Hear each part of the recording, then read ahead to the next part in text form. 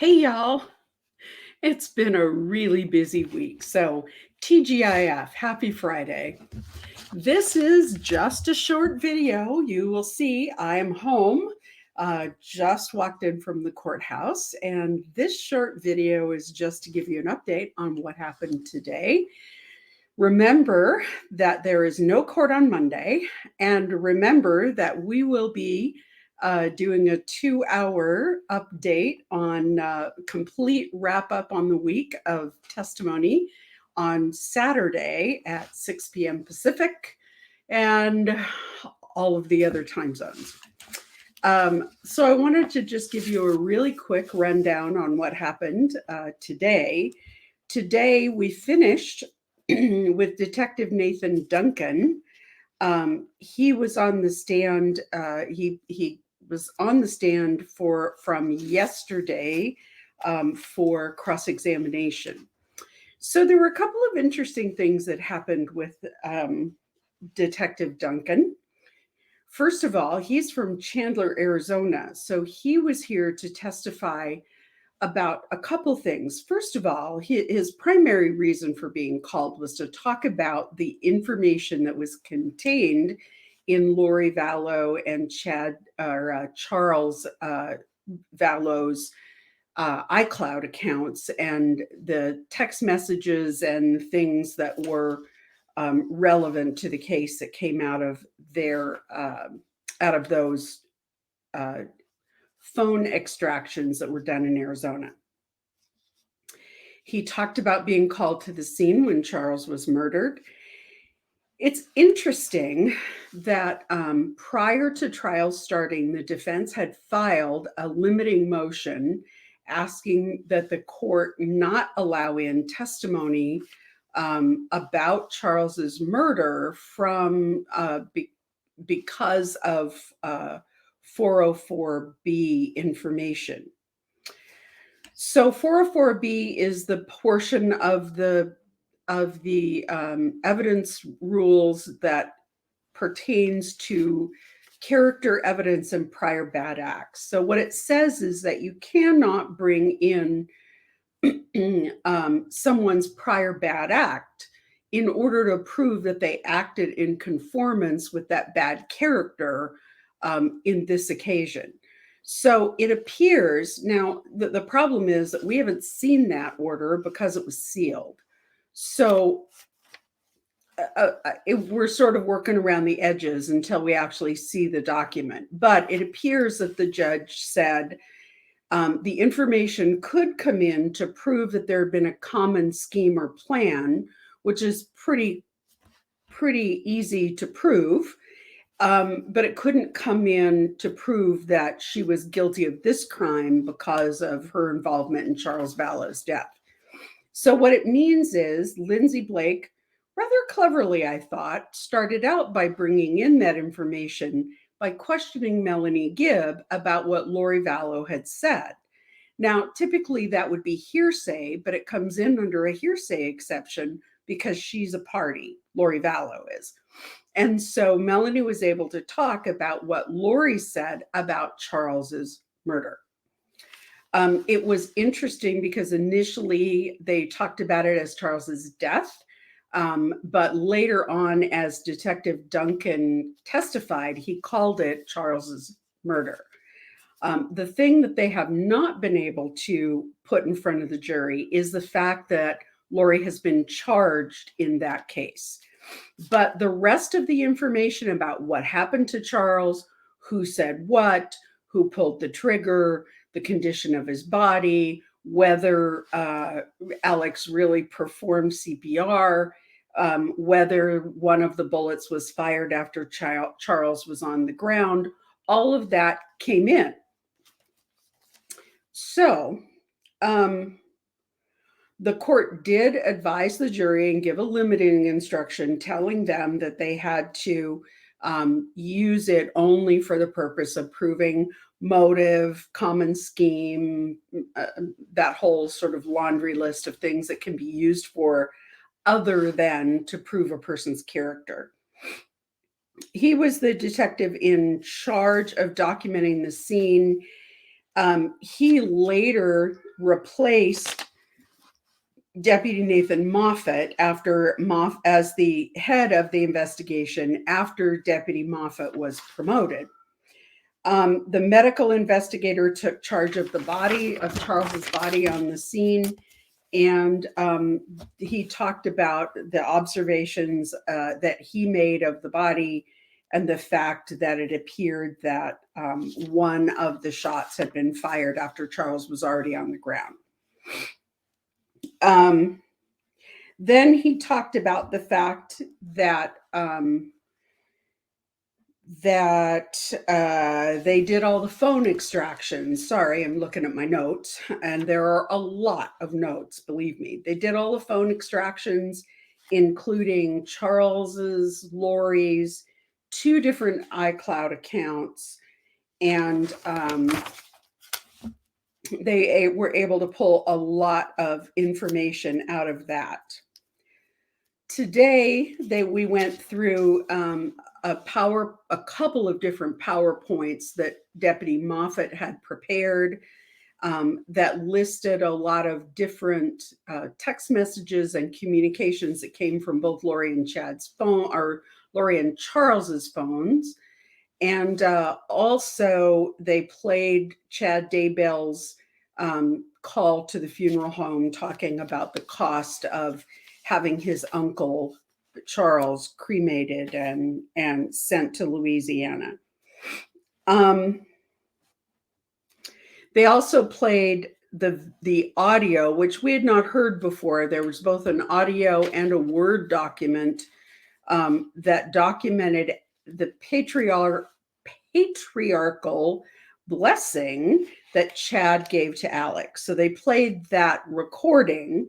It was interesting because Alex died only a few days later, and you can be heard sniffling, and everybody can be heard sniffing and crying on that as they're giving him his blessing. Chad choked up and told him that he had been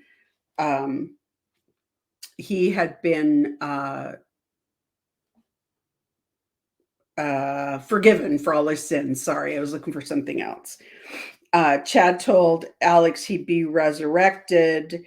And of course, Chad cites his own book, The Renewed Earth, in the patriarchal blessing rather than scripture. So Deputy Duncan continued on. Today, he was subject to cross-examination. He went through a lot of the text messages that went back and forth between Lori Vallow and Alex, between Lori and Alex, Lori and Colby, Lori and Chad. One thing that did come up was the pretext letter that Lori created, saying that it was from Charles and he was asking Chad to come and help him write a book.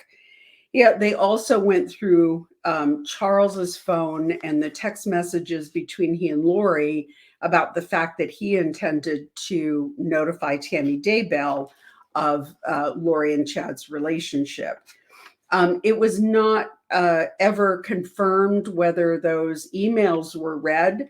Charles did say that he was also going to text that same message to Tammy. What we do know, which didn't come out at trial, but will be interesting, is that Heather Daybell reported that right about that time, there was a Daybell family reunion, and Tammy was there, and she was extremely withdrawn, uncharacteristically withdrawn, didn't want to participate with the family. And Heather Daybell has always been convinced that Tammy knew about Chad and Lori's relationship. There were text messages back and forth about getting rid of Ned and then getting rid of Iplos. that got sort of fleshed out when Zulema Pastenes took the stand. So Zulema got on the stand before lunch, and when we broke at 3:30 this afternoon, she was still being cross-examined by John Thomas. So Zulema got on the stand. Zulema talked a lot about what things happened during her experience with them. Oh, one other thing on the iCloud accounts is that Alex sent a text message to Lori. This was on the 3rd of September. Now remember, the last sighting of Tylee was on the 8th, JJ on the 22nd. This was on the 3rd of September of 2019, when Alex was setting up Lori's router in her apartment. And his text to her said he was setting up her router in Rexburg. The network name is Anti-Laman, Laman. If you remember, the Lamanites and the Nephites are the ones that are opposing one another in the Book of Mormon, and it is the Lamanites that are defeated. And so the network name was Anti-Laman, and the password is the number 2, too many kids. And Lori Vallow's answer to that was one word: funny. Who knows whether that was funny or whether she was being sarcastic? Don't know. There also were searches on Lori's phone for Arizona news stations the day that Brandon Boudreaux was shot at.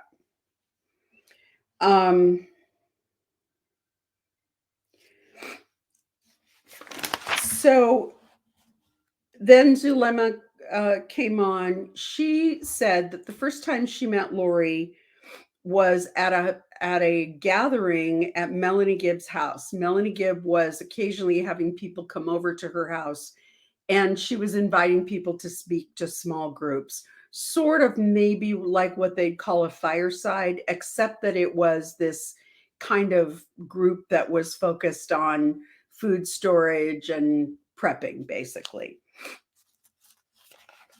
So Lori came to speak. She started talking about the fact that she was was receiving visitations from angels, including the angel Moroni, and that she was a personal witness of the risen Jesus Christ.